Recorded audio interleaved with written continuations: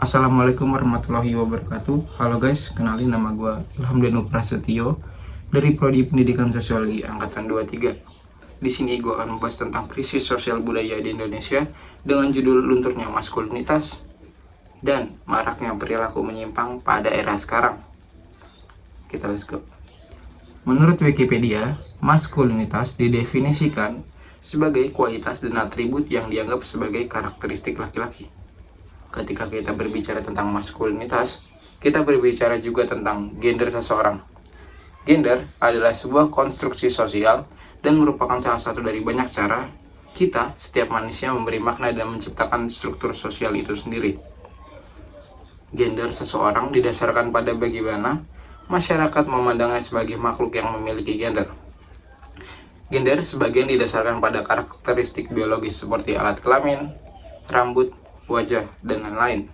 Namun, sebagian besar didasarkan pada gagasan masyarakat tentang bagaimana seharusnya seseorang dengan gender tertentu. Gender diwujudkan dalam suatu spektrum yang bersinggungan dengan jenis kelamin seseorang, seperti fisiologis dan biologis. Orientasi seksual seseorang, yaitu siapa yang membuat mereka tertarik, dan identitas gender mereka, seperti bagaimana mereka memandang diri mereka sebagai makhluk gender yang mungkin sama atau mungkin berbeda, atau juga mungkin tidak selaras dengan gender mereka. Persimpangan ini terkadang digunakan secara bergantian, namun keduanya berbeda-beda dan masing-masing dari kita merupakan perpaduan unik dari identitas-identitas ini. Oke, selanjutnya. Menurut University of Richmond, maskulinitas disebut juga sebagai kejantanan. Sejumlah atribut perilaku dan peran yang terkait dengan laki-laki dan pria dewasa. Maskulinitas itu sendiri, menurut University of Richmond, didefinisikan secara sosial, diciptakan secara biologis. Tentunya, sifat maskulin berbeda dengan jenis kelamin. Baik laki-laki maupun perempuan dapat juga bersifat maskulin. Ciri-ciri melekat pada istilah maskulin adalah keberanian, kemandirian, dan ketegasan. Ciri-ciri ini juga bervariasi dan dapat dipengaruhi oleh faktor sosial dan budaya.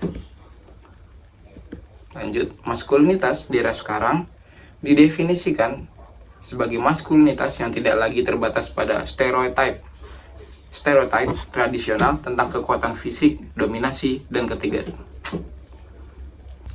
Maskulinitas di era sekarang didefinisikan sebagai maskulinitas yang tidak lagi terbatas pada stereotip tradisional tentang kekuatan fisik, dominasi, dan ketidakpekaan emosional.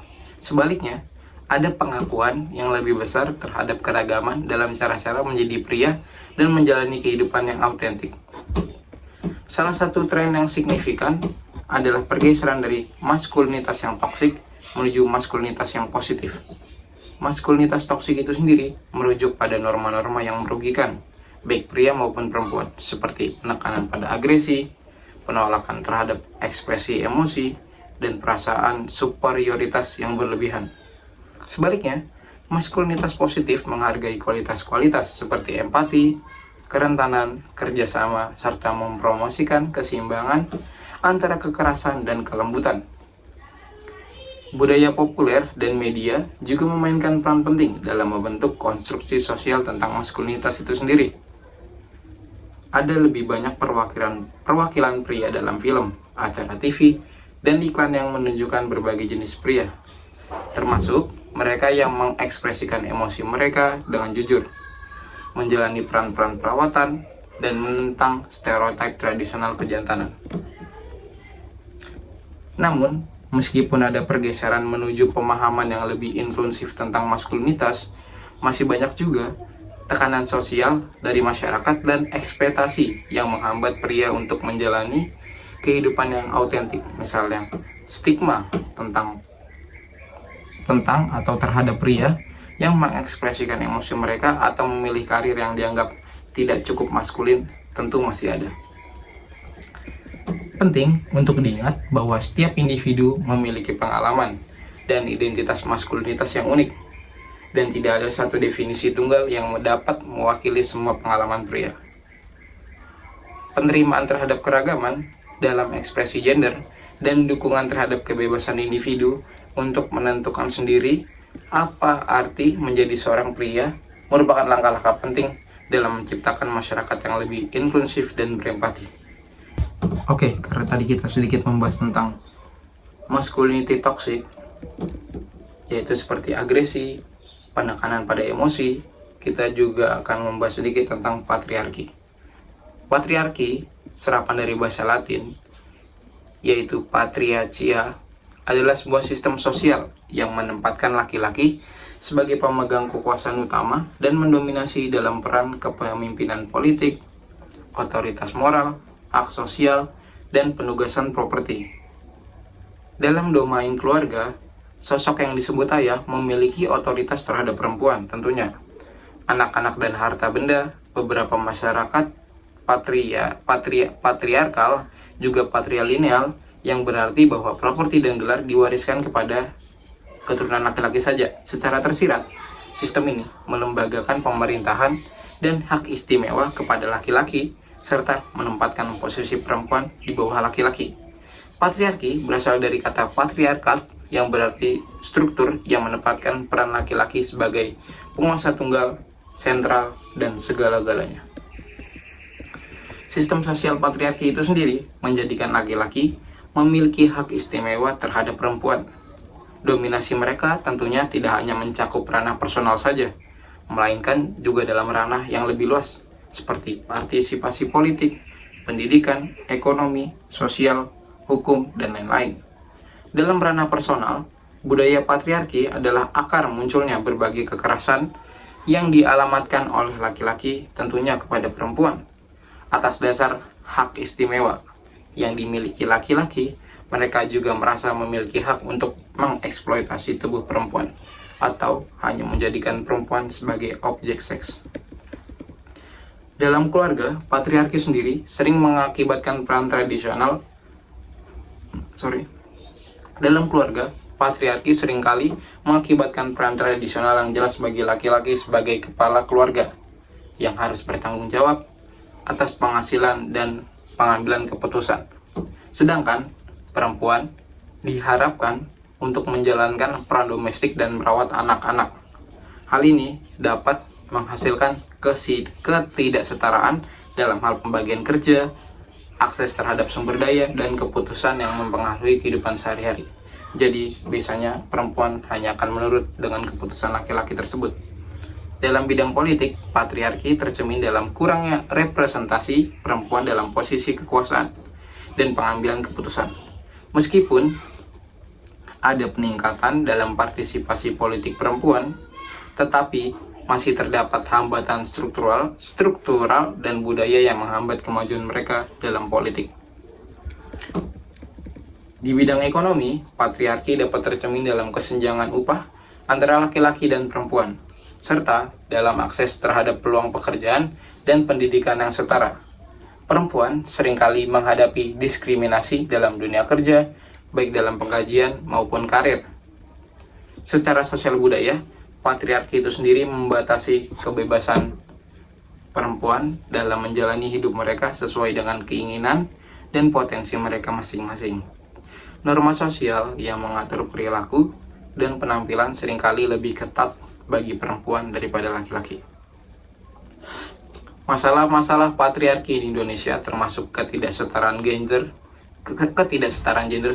kekerasan dalam rumah tangga, pelecehan seksual, penghapusan hak-hak perempuan, dan norma-norma yang merendahkan perempuan. Untuk mengatasi masalah ini, diperlukan upaya bersama dari pemerintah, masyarakat sipil, dan sektor swasta untuk mempromosikan kesetaraan gender, memberdayakan perempuan, dan mengubah norma-norma budaya yang merugikan perempuan itu sendiri. Oke, selanjutnya kita akan membahas contoh kasus tentang maskulinitas, yaitu bapak rumah tangga.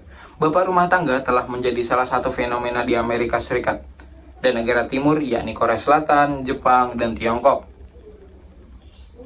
Dowsett pada tahun 2004 mendefinisikan bapak rumah tangga sebagai laki-laki yang sudah menikah yang memilih untuk menjadi pengurus utama anak-anaknya. Penyebab mereka memilih untuk menjadi pengurus utama anak-anak adalah karena mereka kehilangan pekerjaan, bekerja di rumah, ataupun memiliki pekerjaan paruh waktu di luar rumah. US Census Bureau pada tahun 2004 juga mendefinisikan bapak rumah tangga sebagai bapak yang bekerja, baik full-time, paruh waktu, maupun memiliki bisnis sendiri dan lebih banyak menghabiskan waktu dengan anak-anaknya jika dibandingkan dengan istri bersama dengan anak-anaknya. Berdasarkan hasil penelitian Harrington, Foundation, dan Mazar, di Amerika Serikat, bapak rumah tangga biasanya menghabiskan waktu bersama anak-anaknya kurang lebih 6 jam per hari jika anak-anaknya sudah bersekolah, dan hingga 12 jam per hari jika anak-anaknya belum sekolah.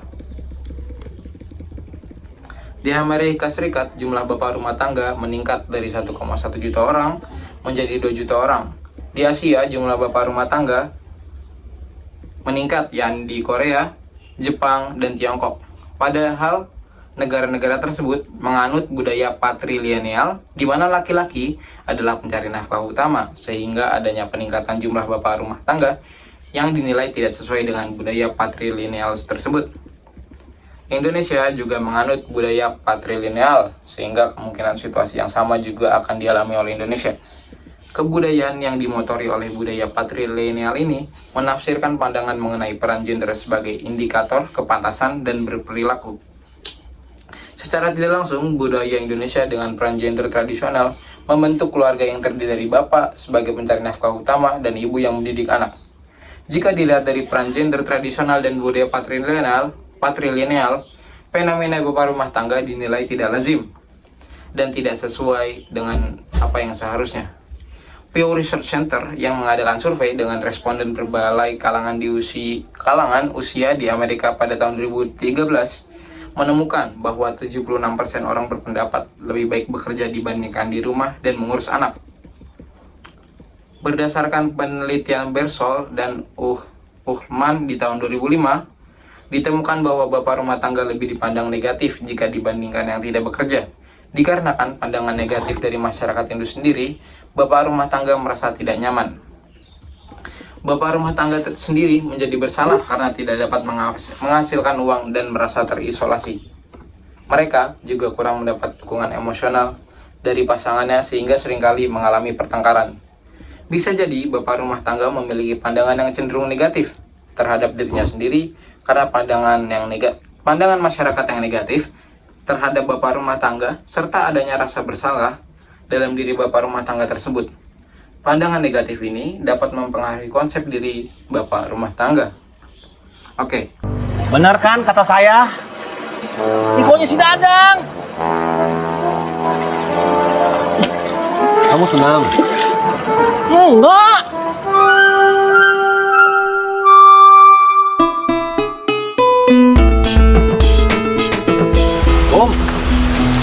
Saya tadi malam mau ngabarin ke istri saya, mau ngabarin soal istrinya si Dadang, tapi HP-nya nggak aktif.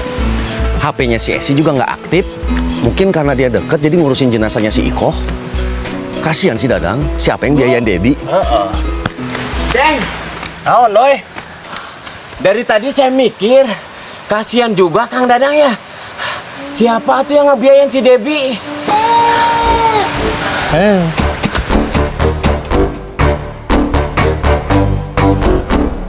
Lanjut ke contoh kasus yang kedua. Berpakaian dan bersifat seperti wanita.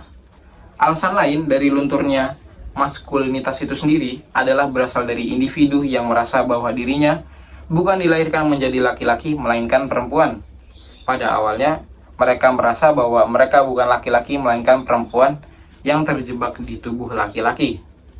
Pertama, mereka akan bersifat seperti perempuan yang feminim, bergaul dan berteman dengan perempuan, namun biasanya juga akan berdandan seperti perempuan.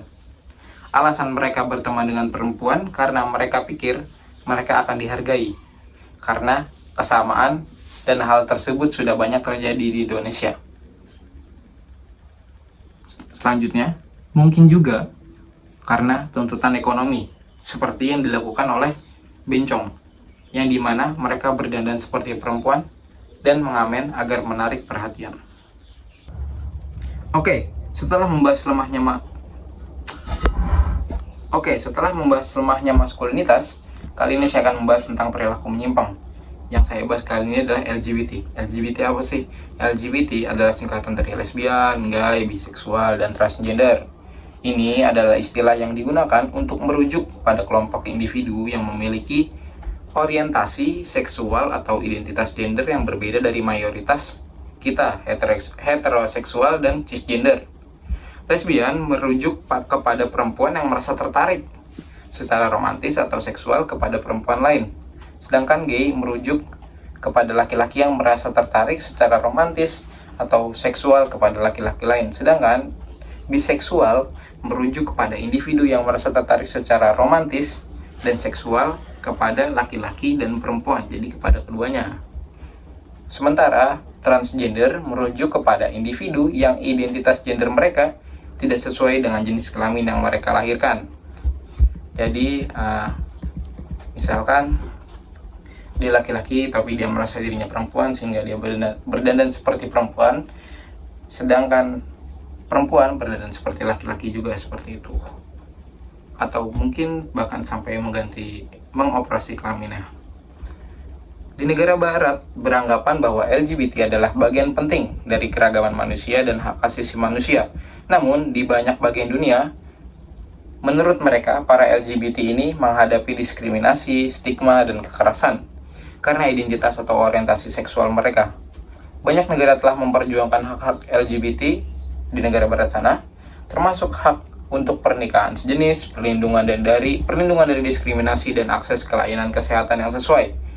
Meskipun kemajuan telah terjadi, masih banyak pekerjaan yang harus dilakukan untuk memastikan bahwa semua orang, termasuk anggota LGBT, dapat hidup dengan martabat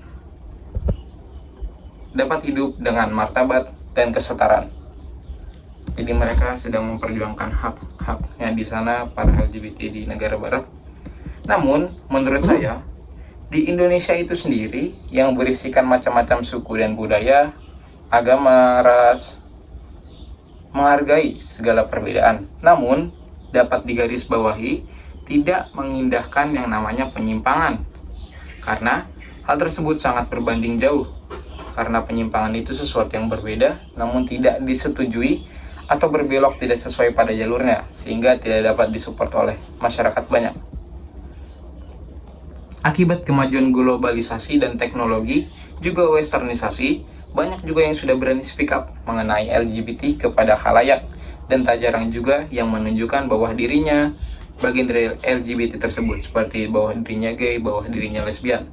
Saya rasa jika ada memiliki penyimpangan seksual, sebaiknya dari Anda untuk Anda, jadi tidak perlu diumbar.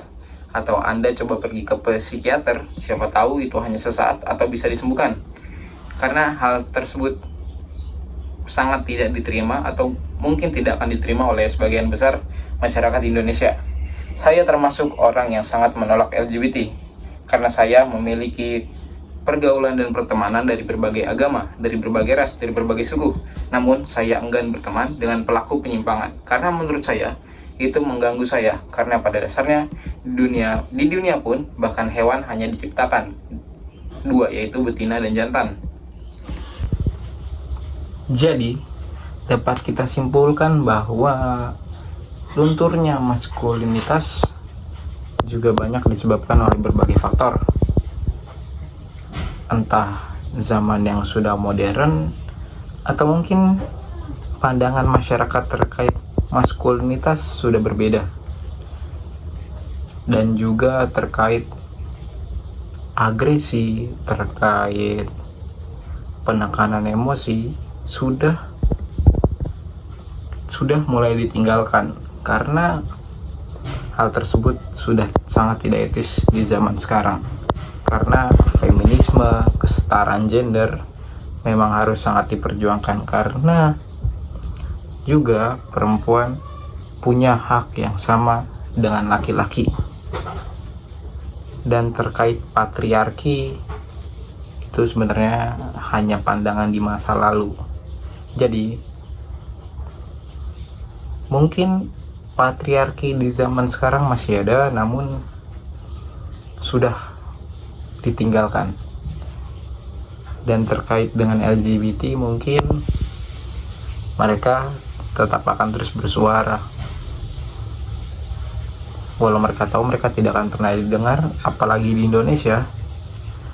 Mereka akan menyebarkannya atau mengambil empati dari luar, dari negara barat contohnya, atau mereka pindah ke negara barat tapi mereka menjual atau marketing LGBT mereka di Indonesia.